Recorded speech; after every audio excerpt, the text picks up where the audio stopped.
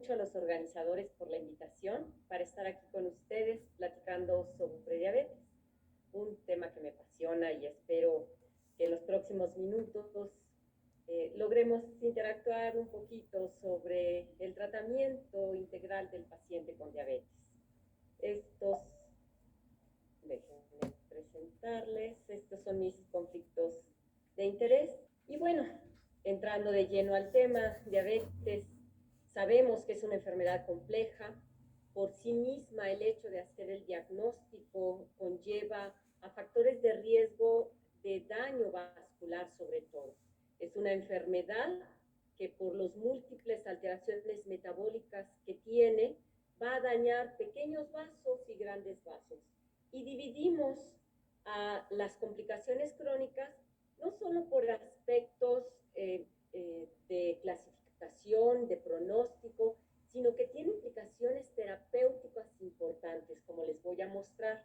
Las complicaciones microvasculares que engloban la retinopatía, la nefropatía y el pie diabético con las alteraciones de neuropatía y microangiopatía, que es la causa de amputaciones y de discapacidad no traumática a nivel mundial, la primera causa, y en nuestro país todavía sigue siendo muy importante, que son las complicaciones microvasculares y las complicaciones macrovasculares con la enfermedad cerebrovascular y cardiovascular como la primera causa de muerte a nivel mundial, y de discapacidad, la enfermedad cerebrovascular, incluso con microinfartos, pero dentro de la enfermedad macrovascular.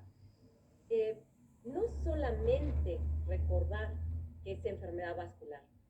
La pandemia vino a traernos nuevamente al mundo del paciente con diabetes descontrolado, incluso con obesidad y síndrome metabólico, donde nos recordó que el estar descontrolado de la glucosa pone en riesgo a los pacientes, son sujetos de mayor fragilidad para infecciones micóticas, bacterianas y virales.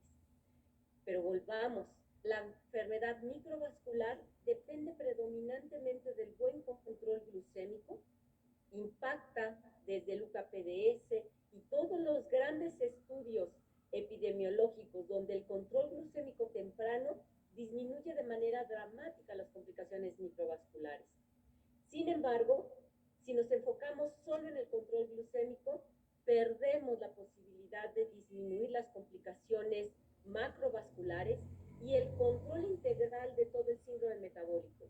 Lípidos, presión arterial, peso, además de la glucosa, no perdamos de vista la glucosa, es lo que va a reducir las complicaciones macrovasculares.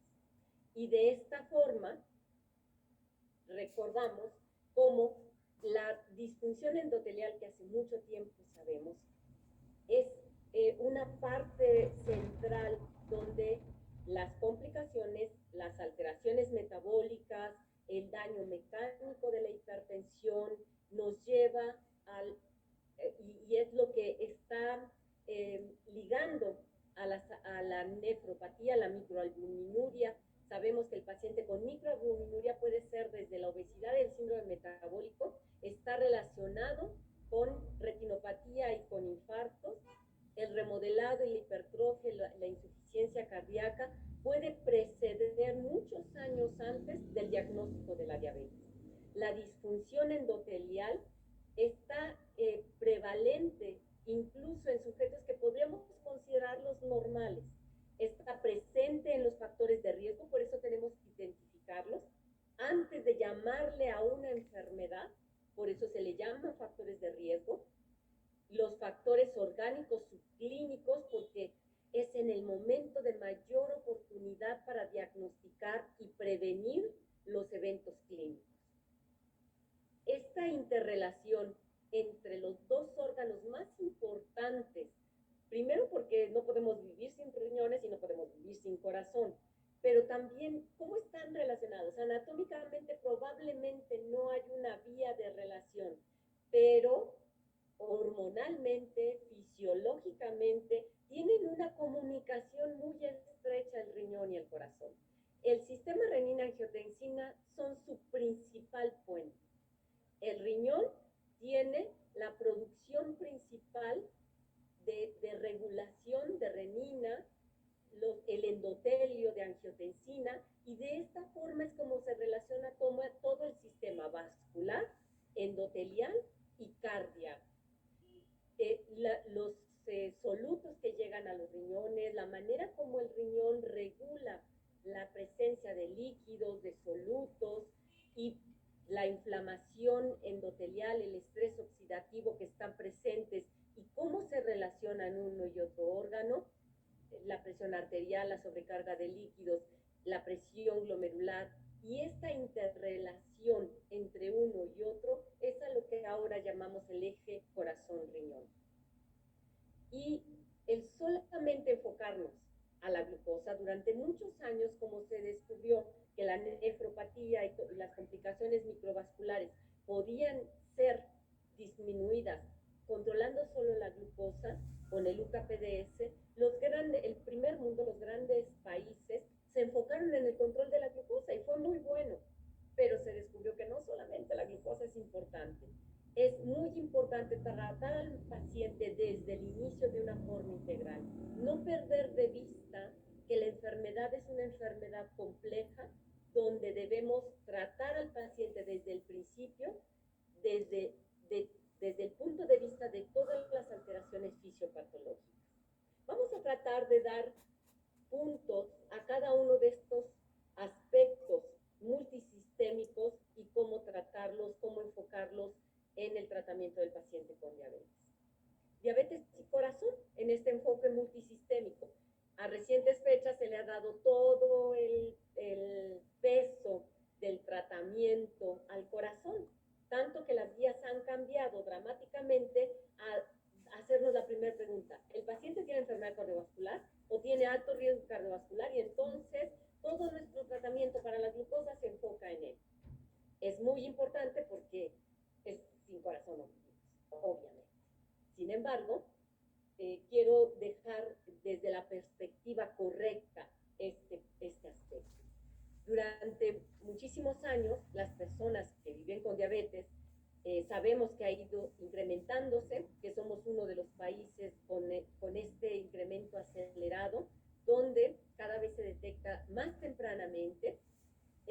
Un tercio de la población tiene enfermedad cardiovascular, y la mortalidad a nivel mundial, la causa de muerte de los pacientes con diabetes a nivel mundial es cardiovascular. La enfermedad renal probablemente a nivel mundial no sea la más importante porque ya se logró impactar en el control glucémico.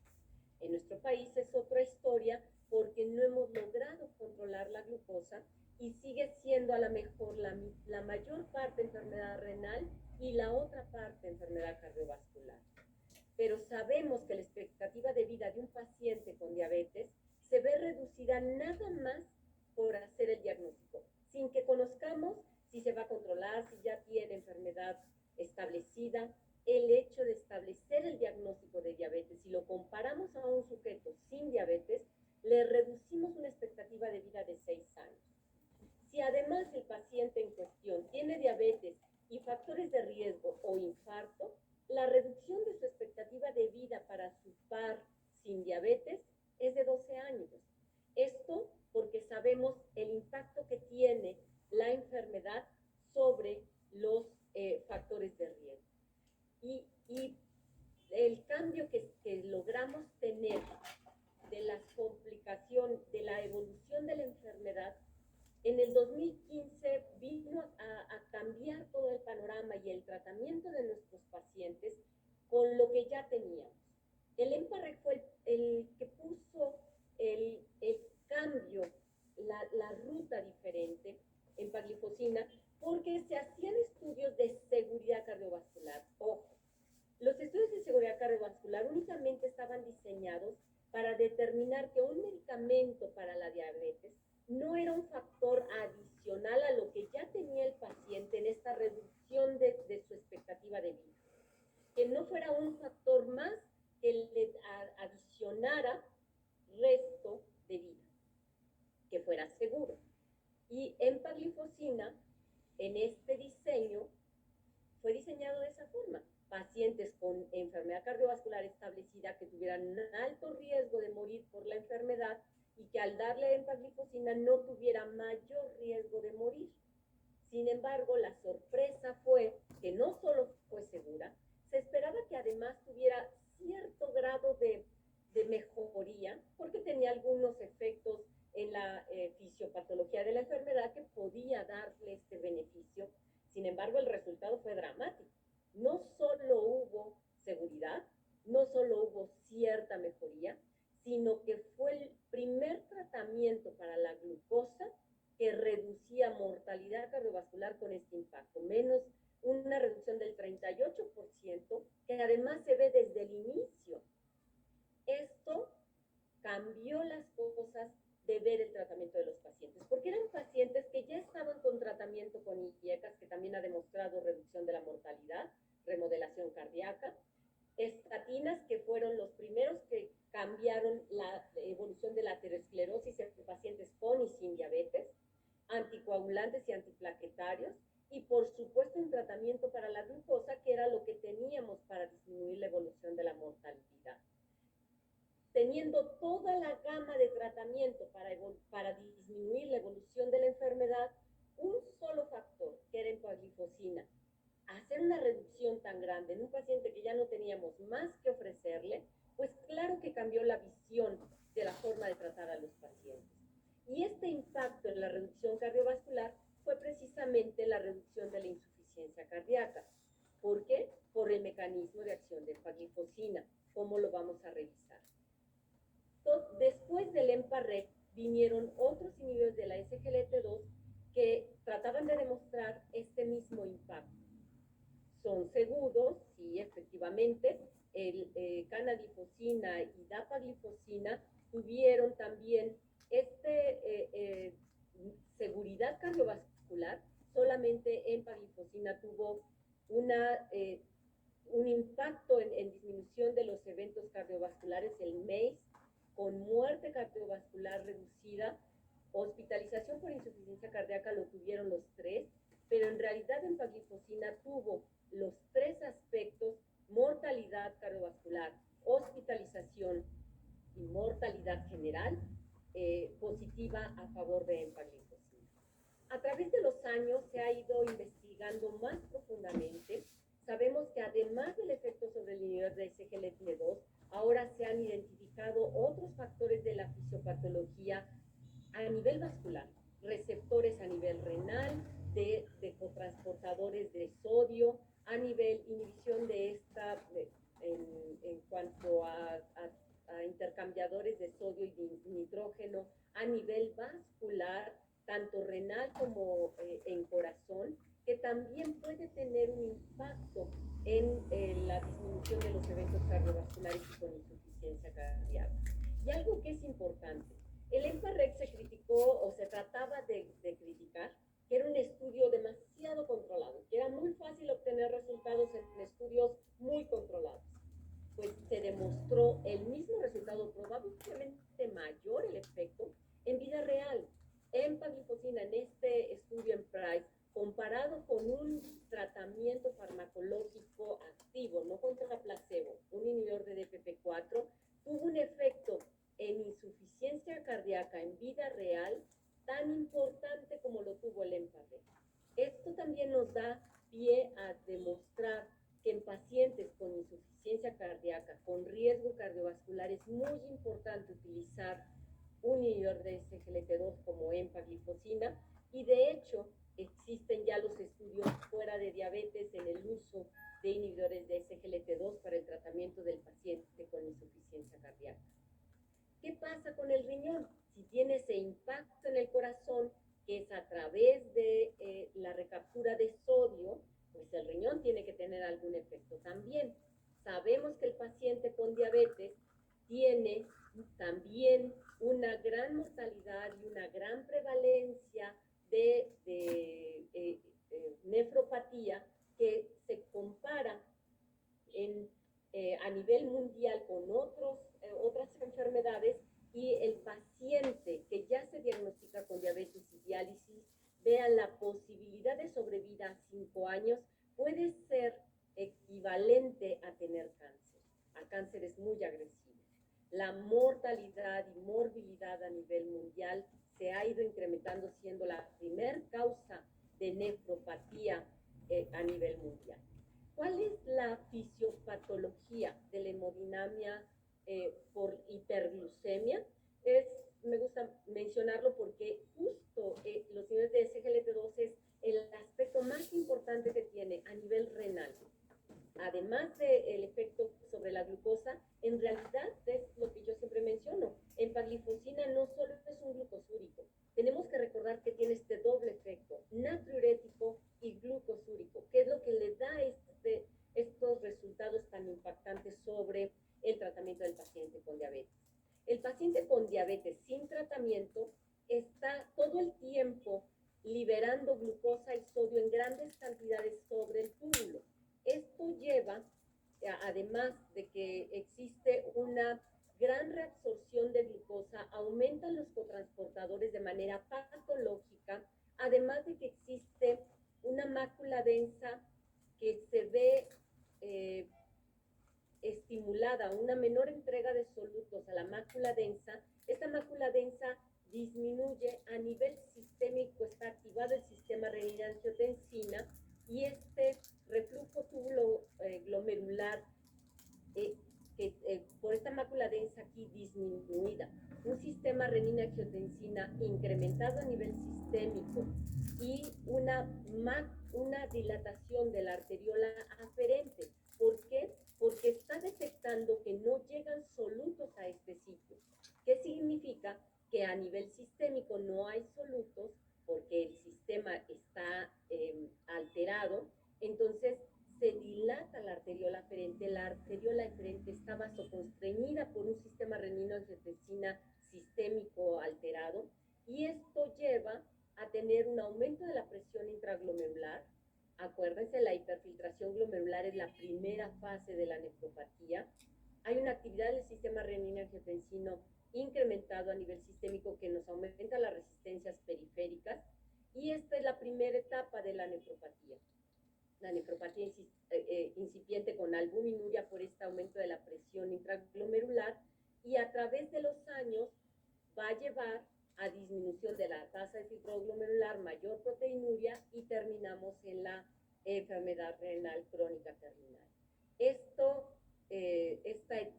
historia natural de la nefropatía se lleva a través de los años hasta que terminamos en pérdida de múltiples glomérulos.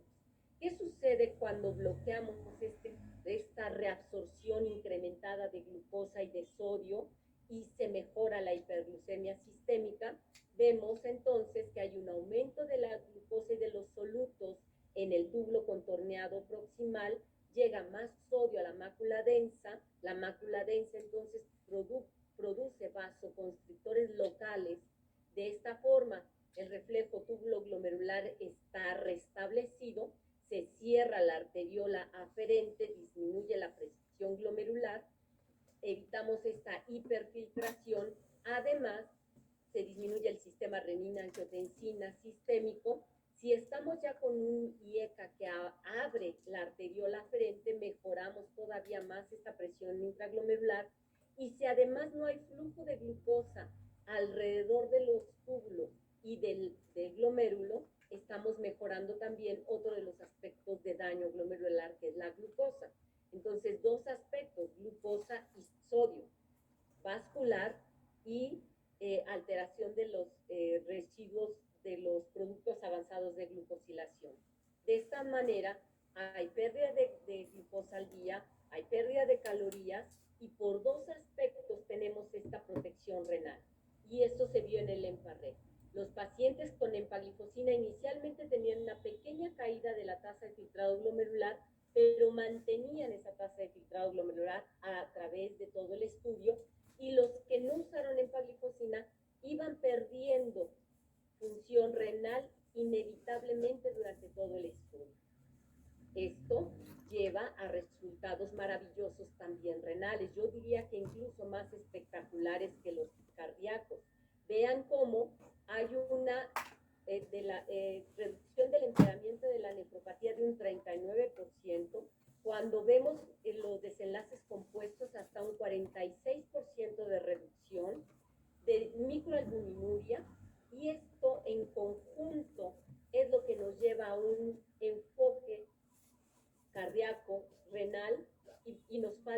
metabólico. Empaglifosina tiene reducción de hemoglobina glucosilada, tiene reducción sobre el peso y sabemos que cada punto porcentual de reducción de hemoglobina glucosilada impacta en complicaciones microvasculares, macrovasculares, y si tenemos un impacto sobre el peso, sobre la presión arterial y sobre la glucosa con un mismo medicamento, pues estamos actuando de una manera más global en el tratamiento del paciente con el mismo medicamento. A forma de resumen, la inhibición del SGLT2 tiene un impacto en control glucémico con inflamación y glucotoxicidad disminuida, además de urofosfuria. Esto también tiene un impacto en arteriosclerosis y en disminución de la progresión de la enfermedad renal. La natriuresis, como ya lo expliqué, disminuye el volumen plasmático con disminución de la insuficiencia cardíaca, del estiramiento cardíaco, arritmias por activación de otros receptores, sin activación del sistema nervioso simpático. Esto los cardiólogos hablan que es el diurético inteligente porque no ocasiona taquicardia, disminución de hipertensión y de la hiperfiltración glomerular, disminución de rigidez arterial y de otra forma la mejoría de la contractilidad cardíaca por mejoría del metabolismo intracelular. Todo esto en conjunto nos lleva a la protección cardiovascular y renal, que expresado de otra forma, la disminución de la glucosa y de la insulina no es lo único, sino que es todo un conjunto de mejoría metabólica, estrés oxidativo, peso, lípidos, ácido úrico, albuminuria, rigidez, actividad del sistema nervioso simpático. De esta forma es una actividad multisistémica que llevó al cambio en las guías. Esto definitivamente es de las pocas cosas que durante muchos años se venían haciendo y ahora en las guías la primera pregunta que tenemos que hacernos es, ¿el paciente tiene enfermedad renal o enfermedad cardiovascular o alto riesgo? Sí, alto riesgo es si tiene alguna de las alteraciones que lo pueden llevar a un infarto, a insuficiencia cardíaca o a mortalidad. Entonces tenemos que combinar la metformina con un inhibidor de SGLT2 o con un análogo del receptor de GLP-1 que han demostrado prevenir la progresión. Si tiene enfermedad crónica, vean cómo la guía dice que de preferencia es el inhibidor de SGLT2. Esta es la guía de la ADA.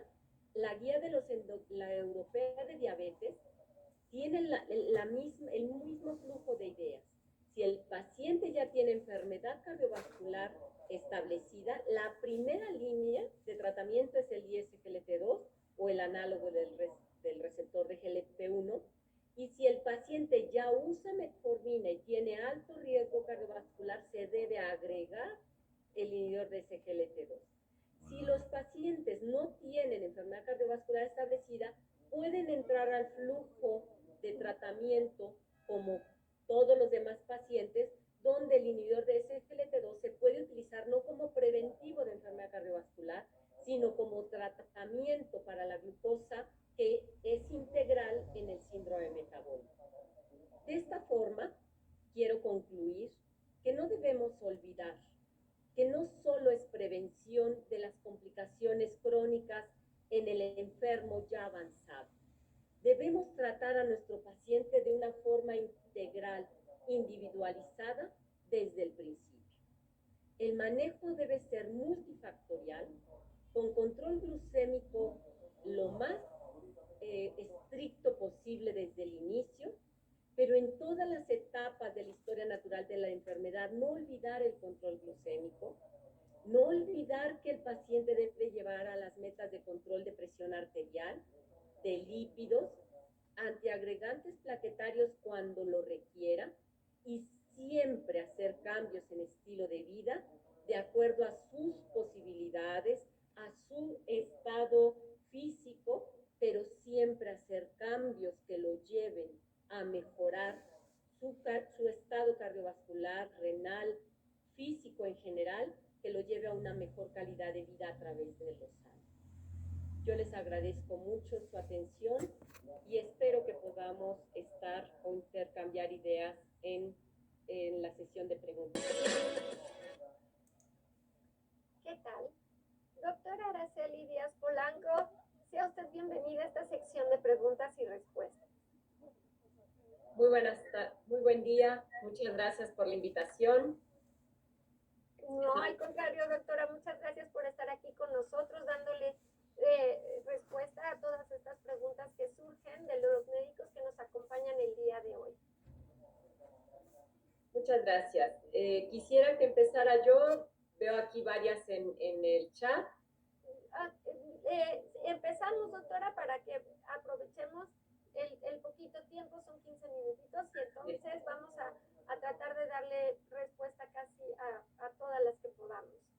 Doctora, nos preguntan, ¿por qué ahora vemos más pacientes diabéticos jóvenes y cuáles son esas implicaciones vasculares que los llevan a ser pacientes de alto riesgo?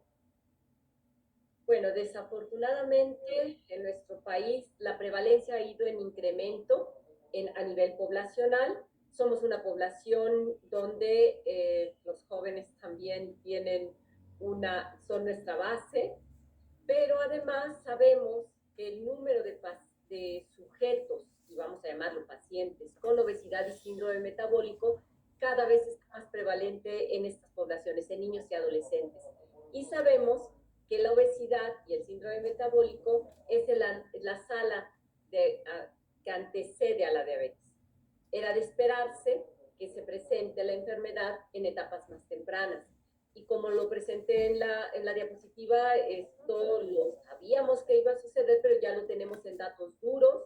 Las estadísticas son dramáticas, donde el número, el porcentaje de sujetos con diagnóstico temprano de diabetes, este término es a nivel mundial, un impacto muy grande, porque sabemos, y estas estadísticas que les mostré en realidad están por publicarse, son datos muy recientes del Instituto Nacional de la Nutrición, el investigador, el doctor Carlos Aguilar, donde esta población evoluciona rápidamente a complicaciones microvasculares y cardiovasculares, pero sobre todo nefropatía. Las razones son múltiples. Primero, pues son pacientes donde tienen ya también más tiempo con el síndrome metabólico, donde se presentan genéticamente, seguramente tienen mayor número de genes. Ustedes saben que la diabetes es una enfermedad poligénica, entonces el número de genes que se presentan también es mayor para haberse presentado en etapas más tempranas, y la dificultad del control es mayor. Los pacientes se presentan con mayor reto para lograr el control glucémico, y la hiperglucemia crónica es la razón del descontrol que lleva a las complicaciones microvasculares. Así que, bueno, creo que son múltiples, aunque estas respuestas pues las tendremos sobre la marcha cuando estemos evaluando cada vez más profundamente a nuestros pacientes. Así es, doctora. Ojalá y esperemos que tengamos algunos cambios en algunos hábitos para que esto mejore. Así es. Muy bien. Doctora, nos preguntan si es posible revertir la diabetes enfocándonos en el tratamiento del páncreas graso. Bueno, el páncreas graso, el hígado graso, el corazón graso, finalmente es parte de la misma situación, donde tenemos síndrome metabólico, obesidad, que envuelve a todos nuestros órganos. Es la obesidad central, es el mal manejo a lo largo de los años del síndrome metabólico, de los malos hábitos que se van sumando con una alteración de resistencia a la insulina, del mal manejo de los lípidos, de una disfunción de la célula grasa. Entonces no es solo el páncreas graso lo que tenemos que manejar, en realidad es un problema sistémico de síndrome metabólico que debemos enfocarnos, y justo en los grandes foros, los líderes en diabetes, es lo que se ha estado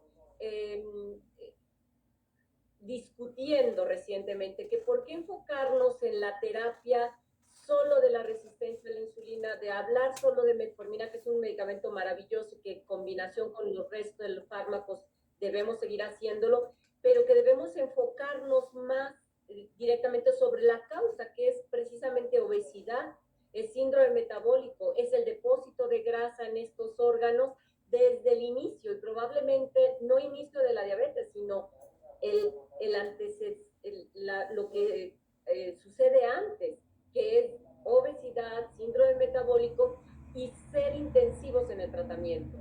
Durante muchos años en un KPDS, por ejemplo, cuando se iniciaba, el diagnóstico de diabetes se manejaba con dieta y ejercicio. Ahora sabemos que no. El diagnóstico de diabetes debe manejarse con tratamientos combinados. Ya no hablo de monoterapia. Tratamientos combinados de bajo riesgo de hipoglucemia, pero que nos lleve a las mejores metas de control del síndrome metabólico. Entonces, sí, efectivamente, el hígado graso, el páncreas graso, debe tratarse de manera intensiva. ¿Cuáles son los fármacos? Los que impactan más en el peso, los inhibidores de la SGLT2 y los análogos del receptor de GLP-1, porque una de las preguntas, y me voy a adelantar, es si se pueden utilizar como monoterapia.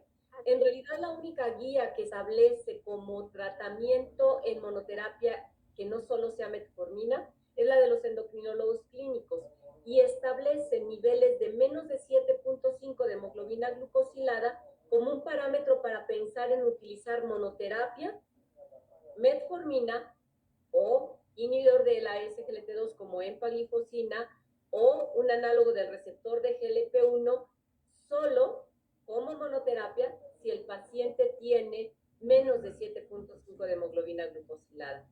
¿Cuál usaríamos? Pues de acuerdo al perfil clínico del paciente. Si lo que queremos es mejorar el peso, si tiene hígado graso, si tiene páncreas graso, o si el paciente se encuentra en un peso adecuado, tiene más de 60 años, tiene riesgo de hipoglucemia, un inhibidor de DPP-4.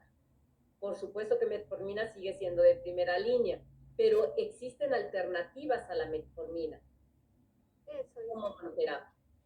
Doctora, y justo ahora que menciona la importancia de la metformina y que nos hace hincapié donde es importante continuar usando la metformina, nos preguntan que muchos especialistas están quitando la metformina como primera elección porque hay mayor riesgo gástrico y hay mayor riesgo hepático y no hay tanto beneficio. ¿Esto es cierto? No. No debemos confundir, sí, efectivamente metformina tiene efectos colaterales como todos los fármacos. El 20% de los pacientes no tienen tolerancia gastrointestinal a metformina. El 80% sí. Y es un fármaco que hemos usado se conoce hace 100 años. Ha mantenido su lugar hace 50 años que tenemos toda la benevolencia de la metformina. Cuando hablo de que hay otras alternativas, efectivamente, pero si revisan las guías, todas las guías lo establecen como la parte medular de combinación. Es el pilar donde podemos combinar todas las demás fármacos. Se debe combinar metformina con todo hasta que existe nefropatía, pero no es porque cause daño renal, es porque ya cuando hay nefropatía no debemos usarlo. Qué bueno que tenemos otras alternativas. Por ejemplo, inhibidores de DPP-4 que solamente la inagliptina no se modifica la dosis. Los otros, modificando la dosis, podemos usarlo. Los análogos del receptor podemos utilizarlos en nefropatía ya avanzada, me refiero, en etapas de hemodiálisis, como hay una pregunta por ahí que podemos ya contestar. Empaglifosina lo podemos utilizar para prevenir llegar a la diálisis en etapas tempranas, moderadas y hasta 20% de tasa de filtrado glomerular. Empaglifosina es muy útil, previene la progresión de la nefropatía. Entonces depende de la etapa de la nefropatía. Nuestros fármacos previenen complicaciones crónicas, no dañan nuestros órganos, y metformina es de los órganos que han demostrado prevención de daño renal, prevención de daño cardiovascular, y tienen algunos pacientes intolerancia gastrointestinal. No es daño, intolerancia gastrointestinal. ¿Puede ocasionar diarreas? Sí, efectivamente. Es más frecuente que en adultos mayores la toleren menos. Qué bueno que tenemos alternativas, pero no es el 100%, el 20% de los pacientes no la toleran, no todos. No todos. Muchas gracias, doctora. Y que efectivamente dio respuesta a muchas de las preguntas que están surgiendo. Y una pregunta más, doctora, nos queda muy poquito tiempo. ¿Cada cuándo es recomendable o es conveniente realizar una revisión nefrológica? Esa me parece una pregunta muy buena, porque quiero hacer la diferenciación. Cada año debemos evaluar al riñón. Todos los médicos que vemos pacientes con diabetes, todos debemos hacerlo, debemos saber hacerlo. ¿Cómo es eso? Hacer un estudio, un examen general de orina que mida microalbuminuria y una creatinina sérica. Todos los médicos debemos hacer evaluación renal por lo menos una vez al año a nuestros pacientes. ¿Cuándo debe verlo el nefrólogo? Cuando ya existe evidencia de progresión del daño. Los endocrinólogos habitualmente los vemos y hasta que progresa a etapas más avanzadas de la enfermedad, digamos etapa 4 de la nefropatía, lo enviamos con el nefrólogo porque nosotros hacemos los cambios. Pero si el que lo está siguiendo es un médico de primer contacto y detecta que ya hay albuminuria y quiere o necesita hacer cambios para prevenir la progresión, yo le sugiero que ya sea el momento de enviarlo con el especialista. ¿Por qué no les digo que cada año lo manden con el nefrólogo? Porque desafortunadamente no hay nefrólogos suficientes en el mundo para evaluar a todos los pacientes con diabetes una vez al año. Pero todos podemos evaluar una vez al año a nuestros pacientes con diabetes para prevenir la progresión de la nefropatía. Así es, doctora. Y bueno, este es un tema realmente muy interesante, es algo que vemos frecuentemente o cotidianamente en el consultorio y donde a veces se nos pasan algunos ciertos detalles que ahora quedaron muy claros con usted, donde tenemos que hacer ciertas precisiones. Pero el tiempo se nos agota, entonces, pues bueno, le damos las gracias por haber estado el día de hoy aquí con nosotros, acompañándonos en esta sección.